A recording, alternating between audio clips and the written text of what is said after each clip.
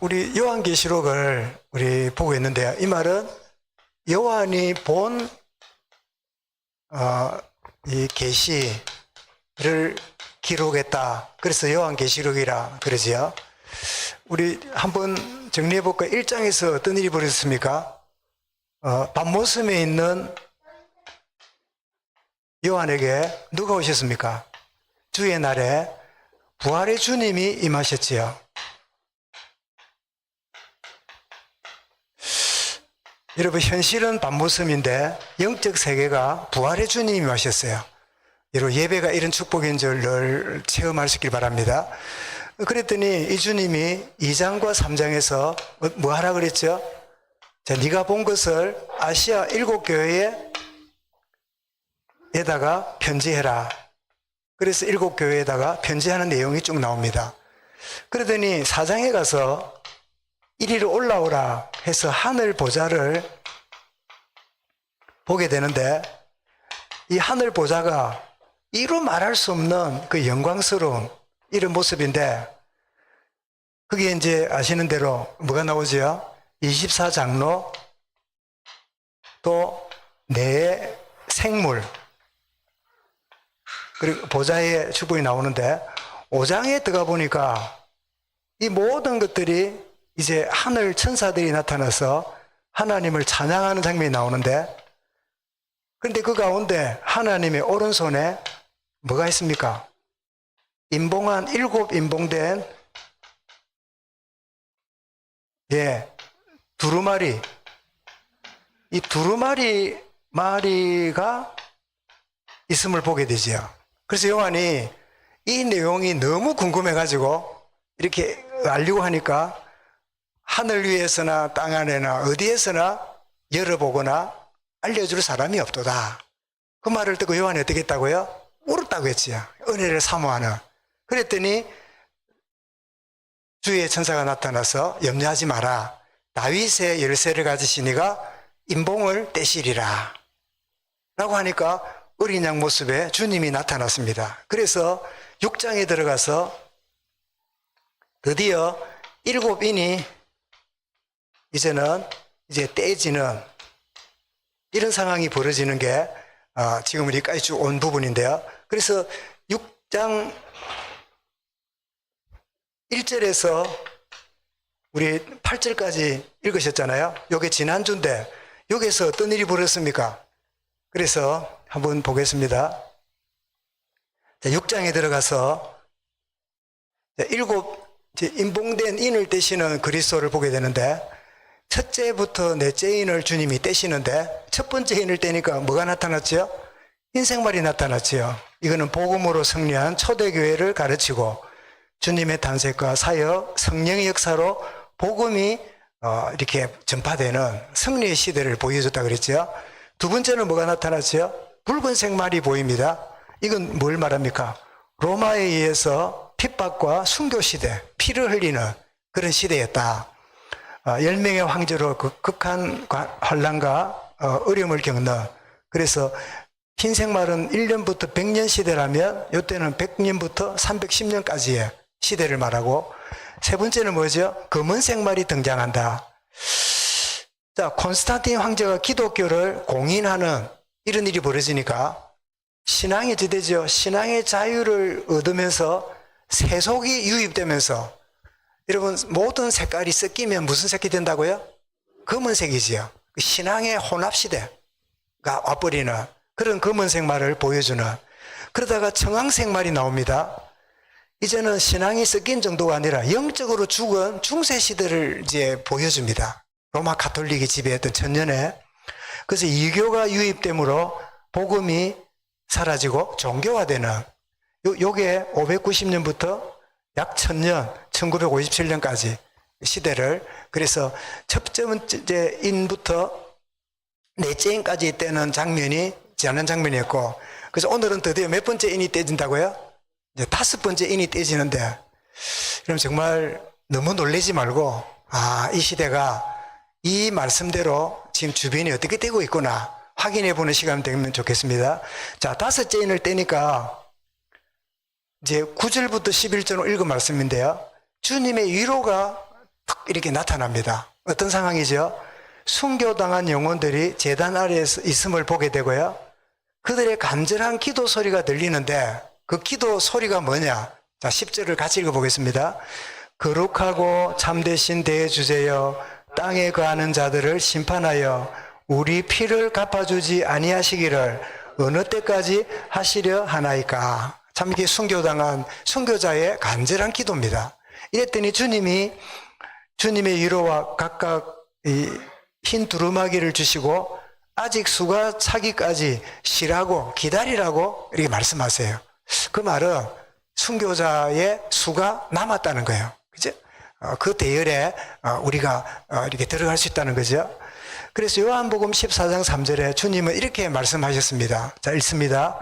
너희를 위하여 처소를 예비하면 내가 다시 와서 너희를 내게로 영접하여 나 있는 곳에 너희도 있게 하리라. 그래서 아직 수가 차기까지 쉬라.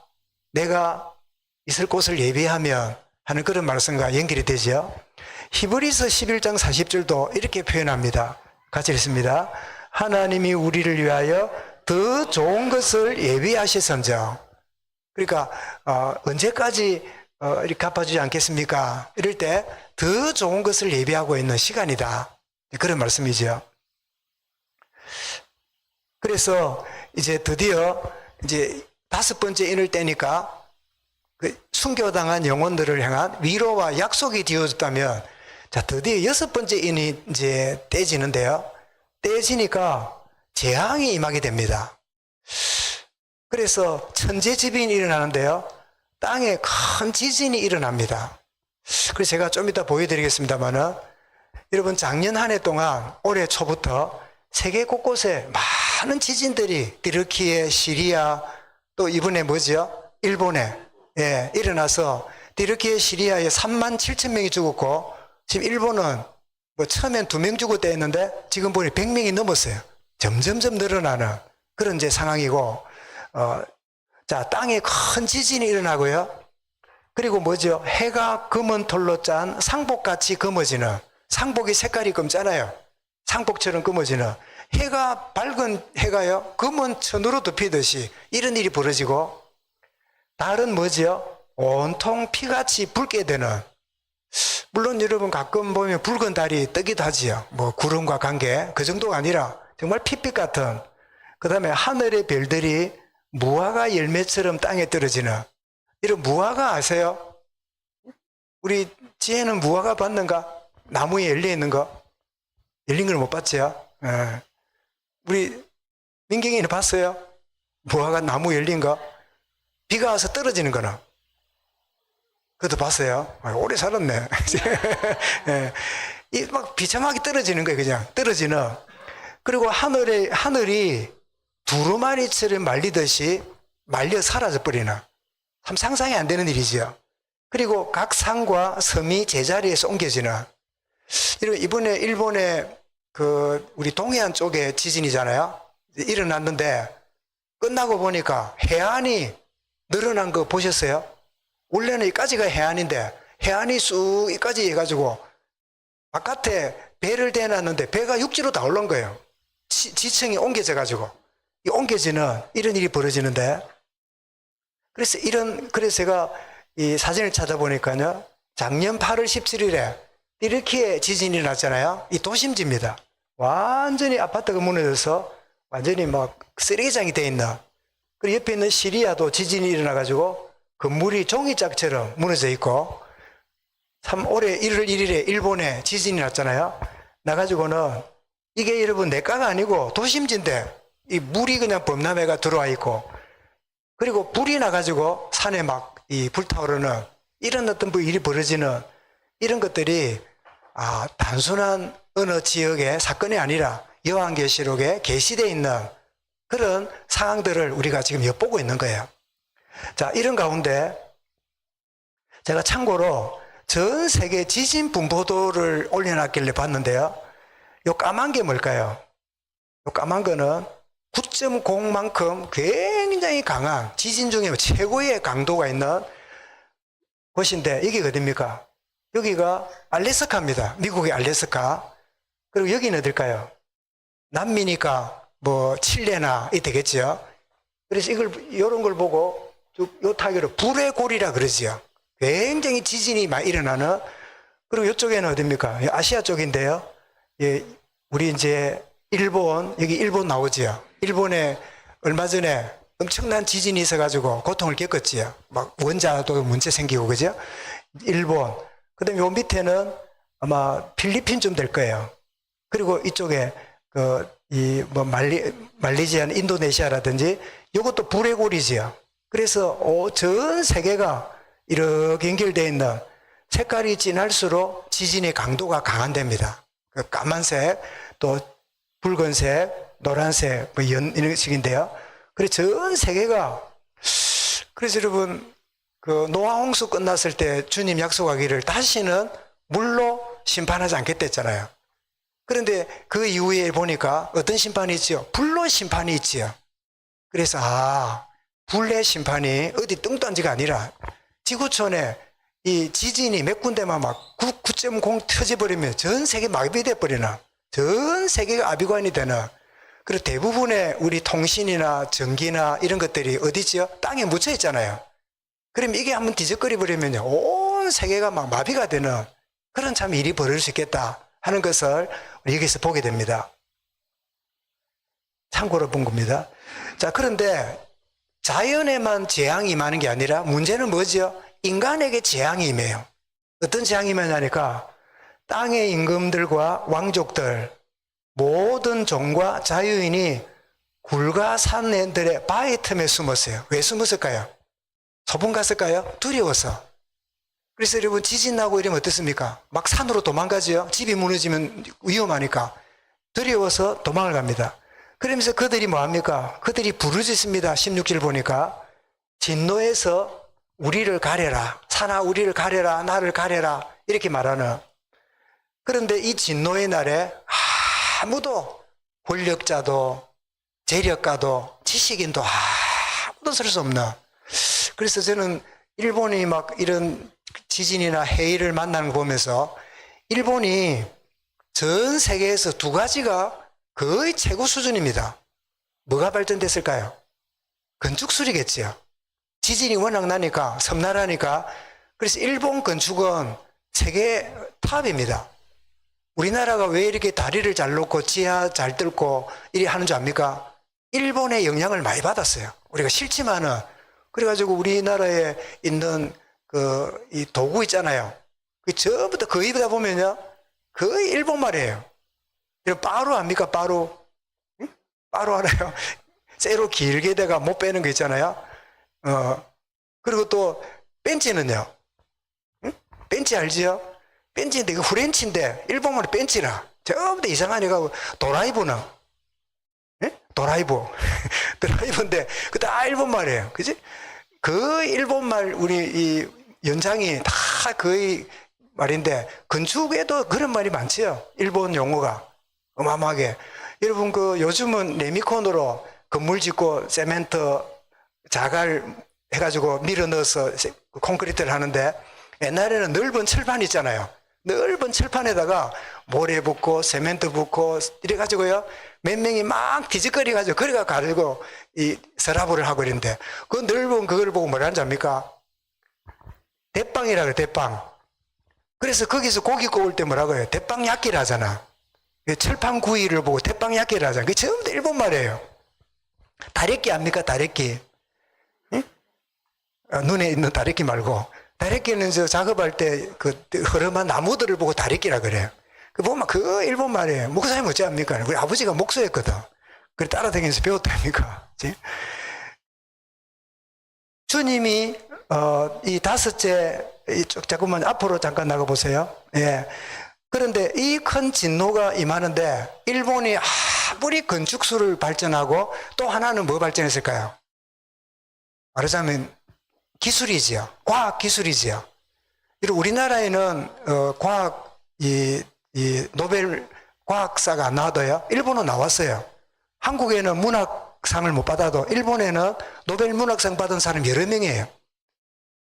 그렇게 뛰어난 건축술과 과학이 발전돼도 이 자연 앞에 일본은요, 설 자가 아무도 없어요. 다 무너져요. 그래서 가까운 일본이 요한계시록에 아무도 설자가 없다는 정인이 아닌가, 증거거리가 아닌가. 그래서 그들이 과학으로, 건축으로 안 된다고 하나님께로 돌아오는 역사가 일본에도 일어날 수 있도록 하나님이 간섭하는 게 아닌가, 저는 그렇게 믿습니다. 그 다음에 보시겠습니다. 그래서 6장 앞쪽에는 뭐죠? 5번째 인을 뗄 때는 주님의 위로가 있었고, 6번째일 때는요, 자연의 재앙과 인간에게 닥치는 큰 재앙이 나타난 게 6번째 인이지요. 그래서 이 5번째, 6번째를 보면 이렇게 우리 정리해 볼 수 있는데요. 5번째 인은 주님의 위로와 약속이 주어지고 있음을 보게 됩니다. 우리가 어떤 일이 벌어졌더라도 주님의 위로가 있음을 여러분 날마다 붙잡기를 바랍니다. 그런가 하면 6번째는 뭐죠? 이게 누구한테 임할까요? 하나님을 대적하는 무리를 향한 심판이죠. 그래서 주님이 이미 예고했습니다. 누가복음 23장 30절에서 자, 같이 읽습니다. 그때에 사람이 산들을 대하여 우리 위에 무너지라 하며 작은 산들을 대하여 우리를 덮으라 하리라. 이렇게 말씀하셨는데 요한이 이 말씀을 또 받는 거예요. 그러니까 성경은 일관성이 있는 것을 보게 되죠. 그때는 죽고 싶어도 죽지 못하는, 요한계시록 9장 6절에 말씀했습니다. 자, 있습니다. 그날에는 사람들이 죽기를 구하여도 죽지 못하고 죽고 싶으나 죽음이 그들을 피하리로다. 거의 무슨 수준입니까? 거의 지옥 수준이에요. 지옥은 죽을 수 없는 곳이잖아요. 우리 누가복음 16장의 어리석은 부자와 나사로 비유를 통해 봤잖아요. 전무후무한 큰 환란이 있을 거다. 주님 말씀인 겁니다. 자, 같이 읽습니다. 그때에 큰 환란이 있겠습니다. 창세로부터 지금까지 이런 환란이 없었고 후에도 없으리라. 그래서 우리는 5번째 인과 6번째 인을 떼는 걸 보면서 주님은 세상 만물과 세상 역사를 주관하고 계시는구나. 위로받을 자에게 위로하시고 복음을 거부하는 교만한 자를 징계하셔서 깨닫고 하나님께 돌아오도록. 그래서 여러분, 우리 크리스찬들도 이런 생각을 갖습니다. 그 유니테리안 혹은 미국에 많은 있는데요. 무슨 말이냐니까 하나님은 천지를 창조했다 믿어요. 그런데 하나님은 간섭은 안 한다. 이런 기독교인이 많아요. 근데 그게요, 그럴듯해요. 왜냐? 이렇게 악한 독재자가, 저 북한을 보십시오. 3대가 모자라가지고 지금은 4대 그 여자애를 떡 데려놔가지고 이 김정은이가 몸이 안 좋으니 까딱하면 죽으면 그 애를 떡 4대째 그 독재자로 만드는 이런 전략을 갖고 있잖아요. 아들이 있는데 지금 은폐하고 그래 장난을 치는지 모르겠는데, 저런 악한 3대 4대 독재자가 저렇게 북한 주민들을 굶겨 죽이는 저런 악한 짓인데 어떻게 하나님이 저걸 내버려 두냐. 그런 거 보니까 하나님은 창조했지만 간섭은 안 한다. 그런 신앙인들이 의외로 많아요.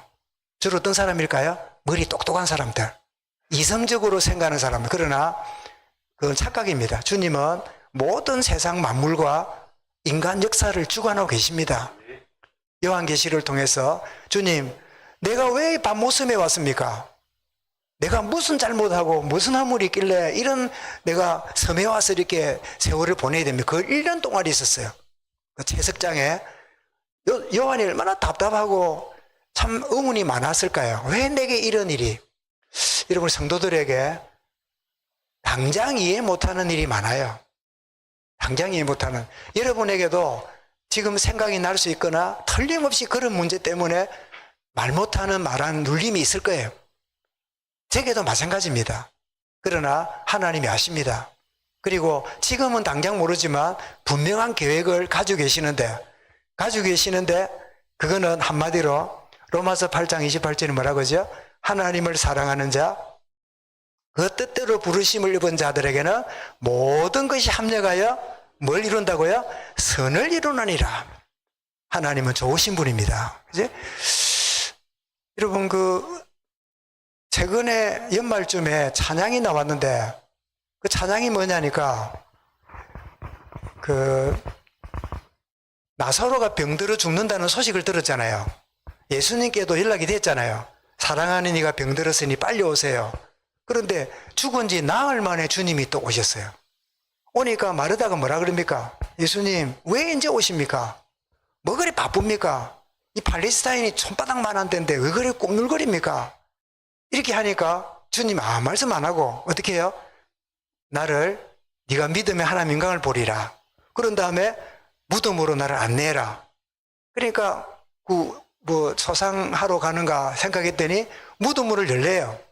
그러니까 또 뭐라 그럽니까? 썩은 지가 나흘이니 냄새가 진동합니다. 그 더운 지역이니까 얼마나 썩은 냄새 나겠습니까? 그러니까 주님이 연락 이제 말씀하고 나서는 나사렛에 나오너라 그러지요. 그러면 그 가사가 그래요.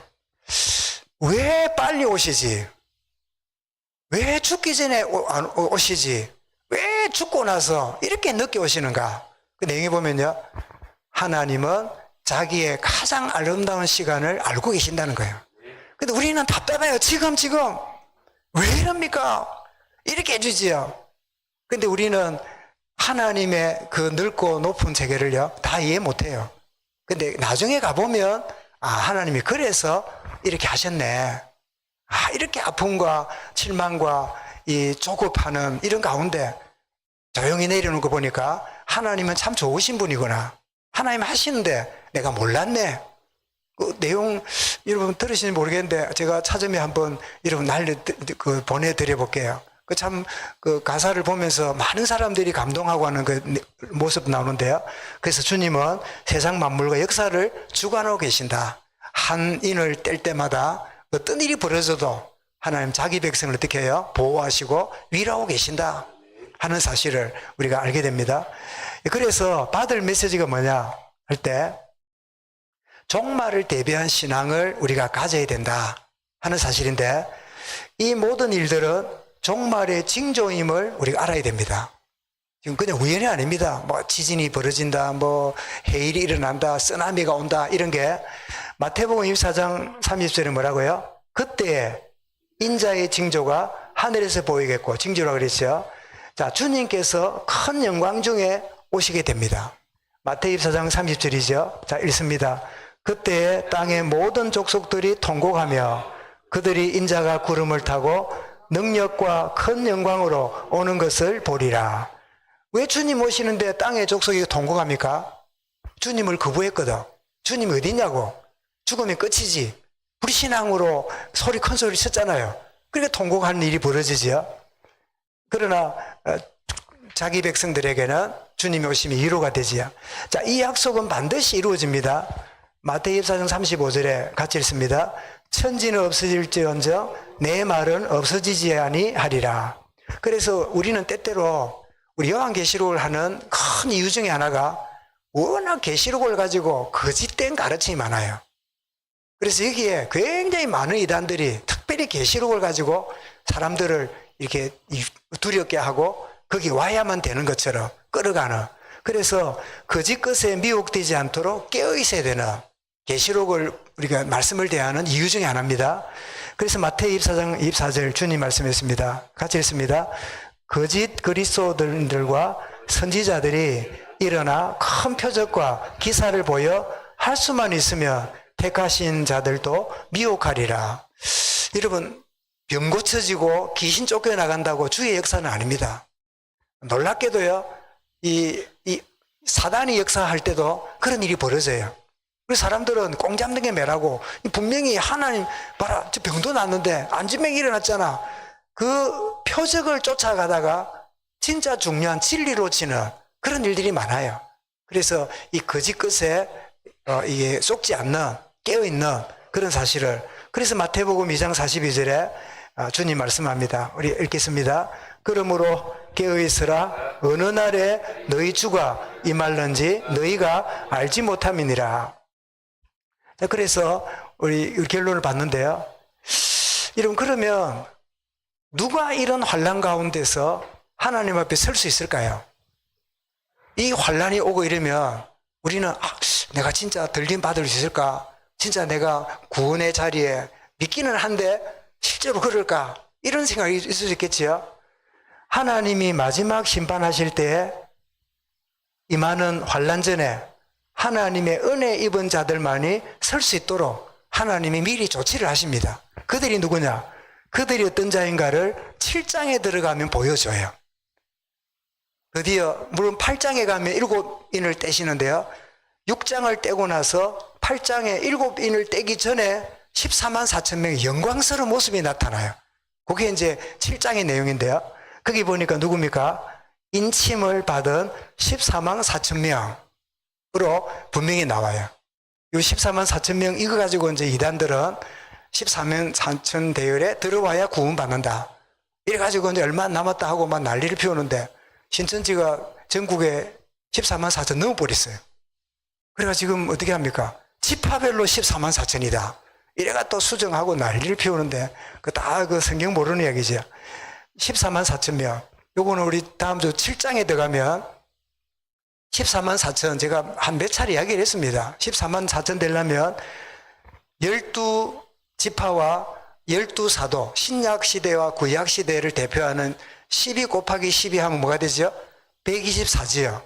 거기다가 10의 삼성 수 많다는 뜻으로 여겨지면 그래서 구약과 신약의 무성도들을 의미해서 14만 4천이지 한 명, 두 명 그 이야기가 아니라는 거예요. 이단들은 그걸 한 명, 두 명으로 해석을 해버리니까 사람들이 혼돈에 빠져가고 쏟게 되는 그런 이제 자리에 들어가는데요. 그래서 14만 4천에 들어가는 그래서 여러분 언젠가 말씀드렸죠. 성경의 일은 뭐지요? 하나님의 유일하신 하나님. 이는 뭐지요? 한 사람 말 듣지 말고 두 사람 말 들으라. 정인수. 삼은 뭐지요? 이게 삼위 하나님 뭘 의미하지요? 사는 뭡니까? 사는 만물이고 인간 생활을 보여주는 동서남북 준하추동 나오잖아요. 오는 뭡니까? 숫자 헤아리는 단위입니다. 여러분 7은 뭐지요? 7은 완전수지요. 그럼 요 사이 6은 뭘까요? 요 7이 되기 전에 6이니까 요게 뭐죠? 이게 불완전 숫자지요. 불완전.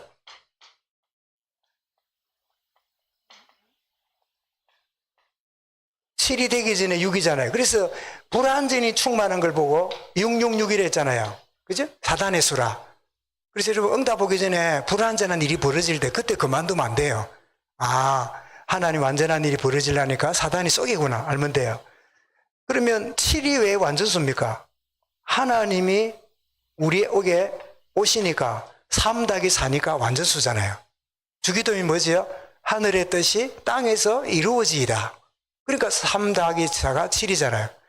그런가 하면 우리 아는 대로 10은 만수고요. 충만한 숫자. 12는 뭐지요? 12는 임마누엘 숫자지요.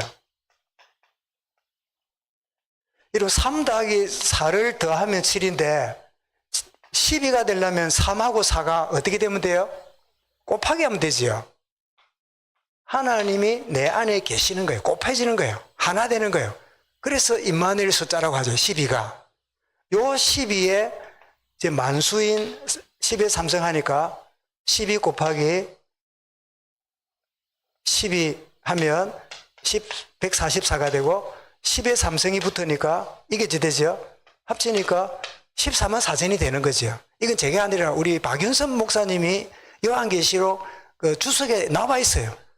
그러니까 이 리더가 되는 사람이 자기가 생각하는 억측을 가지고 해석해버리면요. 지만 죽는 게 아니라 수많은 사람이 죽는 거예요.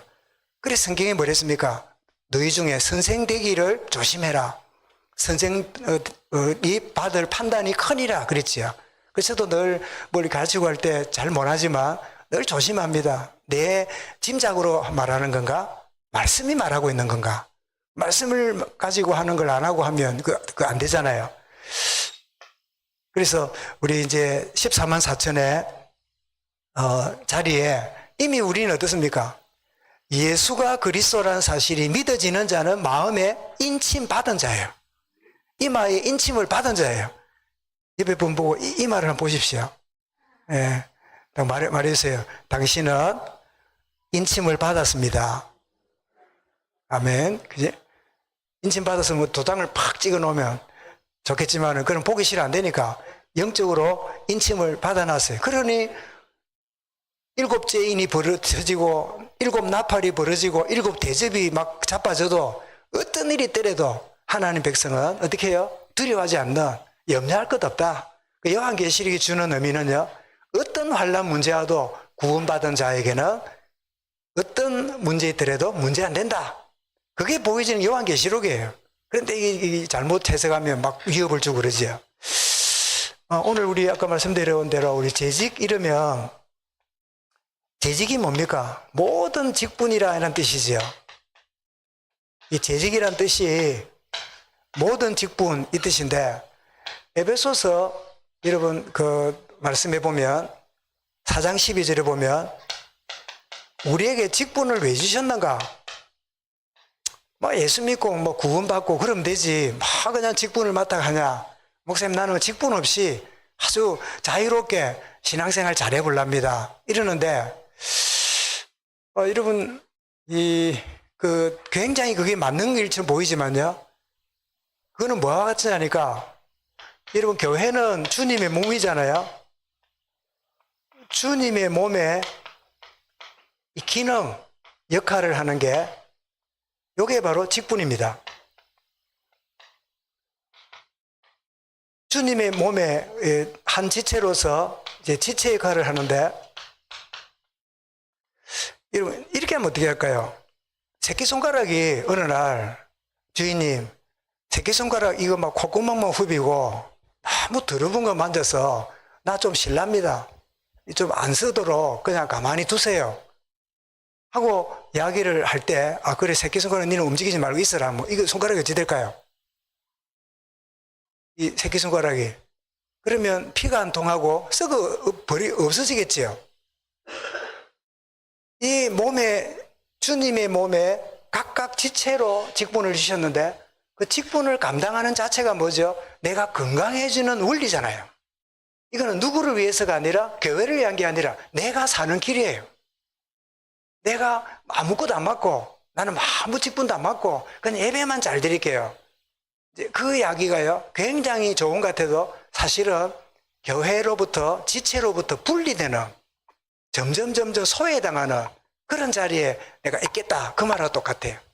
그래서 직분이 뭐냐? 주님의 몸된 기능에 지체 역할을 하는 거다. 그 다음에 우리 직분이 우리에게 주는 게 뭐냐면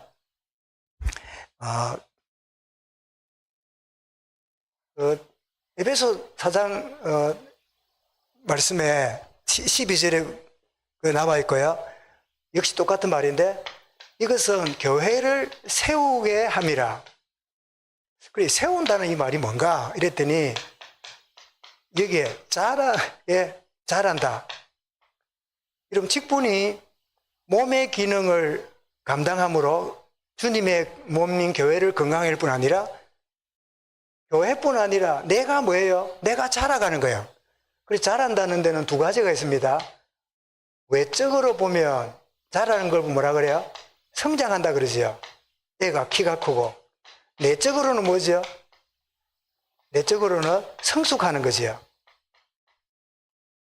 그래서 외적인 성장과 내적인 성숙이 내게 주어진 직분을 통해서 그 일이 가능해지는 거예요. 주님이 우리에게 직분을 주신 것은 몸의 기능과 같다. 두 번째로 이 직분을 통해서 너가 믿음이 성장하고 성숙하는 것이다. 그리고 한 가지 더는 이 디모데 전서 3장 13절인데요. 이 직분을 잘 감당하면 하나님의 아름다운 것이 너희에게 준비되었다. 여러분 직분 맡아서 헌신하는 여러분들은 누구보다 여러분이 압니다. 내게 주어진 직분을 감당한다는 게 어떤 데는 조금 힘들기도 하지만요. 나에게 이런 직분을 맡겨서 내가 이 역할을 하게 된 거 너무 감사하다. 제가 아침에 좀 일찍 와서 이렇게 아래층에 갔다가 위층에 갔다 보니까 아이들에게 메시지를 막 하시는 우리 전도사님들 보면서 너무 참 귀하고 감사하다 싶어요. 아이들하고 같이 성경도 읽고 또 이야기도 하고 이거 한다고 월급을 줍니까? 시급을 줍니까? 이거 한다고 떡국을 한 그릇 더 줍니까? 전혀 상관없이 저 내면에 내게 이 역할을 하는 이 감사와 거기에 따르는 보람과 기쁨이 있기 때문에 저 일을 하고 있지, 그걸 모른다면 이 일을 왜 계속 하겠습니까? 정말 직분을 잘 감당하는 자에게 하나님이 아름다운 것을 준비한, 그래서 올 한 해 동안 여러분 주어진 작은 직분이라도 감당함으로 하나님이 준비하신 그런 놀란 축복을 이토록 참 이렇게 하나님이 은혜를 주셨다, 내게 아름다운 것으로 채우셨다, 이런 고백이 있는 그런 주님의 은혜가 충만할 수 있기를 주 이름으로 축원합니다. 감사합니다. 주님, 인을 떼시는 주님의 이 말씀을 받고 어떤 문제가 오며 어떤 환란이 올지라도 하나님 백성된 저들을 보호하시며 함께 하시니 감사합니다. 이제 직분을 받고 이 해를 시작하오니 모든 재직들에게 주님의 몸을 이루어가며 내가 성장하며 이분 직분을 감당하는 자에게 주시는 참 아름다움을 누리는 올 한 해가 되어지도록 간섭하시며 인도하시며 역사하여 주옵소서. 모든 것 주께 감사를 드리옵고 예수 그리스도 이름으로 기도드리옵나이다. 아멘.